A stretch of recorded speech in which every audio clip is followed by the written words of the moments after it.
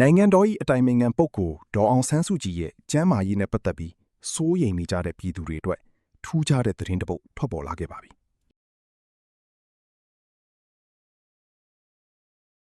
လက်ရှိမှာသူမဟာကျမ်းမာရေးအထူးကောင်းမွန်လျက်ရှိပြီးနေပြည်တော်ဇမ်ဘူတီရီမြို့နယ်အတွင်းကလုံခြုံရေးထူထပ်တဲ့ဝင်ကြီးတဦးရဲ့နေအိမ်ကိုပြောင်းရွှေ့နေထိုင်နေပြီလို့ယုံကြည်စိတ်ချရတဲ့သတင်းရင်းမြစ်တွေစီကသိရပါတယ်။အံ့ဩသင့်စရာအကောင်းဆုံးကတော့ပြီးခဲ့တဲ့ဧပြီလ25ရက်နေ့ကနေပြည်တော်ကိုရောက်လာတဲ့တရုတ်နိုင်ငံသားရေးဝန်ကြီးဝမ်ယီဟာအဆိုပါနေအိမ်အထိတွားရောက်ပြီးအထူးလျှို့ဝှက်တွေ့ဆုံမှုတစ်ခုပြုလုပ်သွားခဲ့တယ်ဆိုတဲ့အချက်ပါပဲဒီတွေ့ဆုံမှုကိုနှစ်ဖက်သဘောတူညီချက်နဲ့သတင်းအမှောင်ချထားခဲ့တာပါ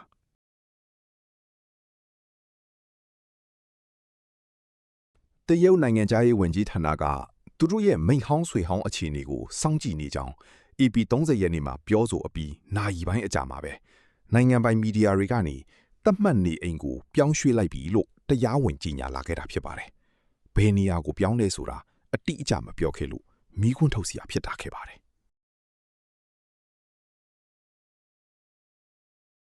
လက်ရှိမှာတော့ဒီလိုပြောင်းရွှေ့လိုက်တဲ့အပေါ်ကုလသမဂ္ဂအမေရိကန်နဲ့ဂျပန်အပါအဝင်နိုင်ငံတကာကအမြန်ဆုံးပြန်လည်လွှတ်ပေးဖို့အပြင်းထန်ဖိအားပေးတောင်းဆိုနေကြပါတယ်။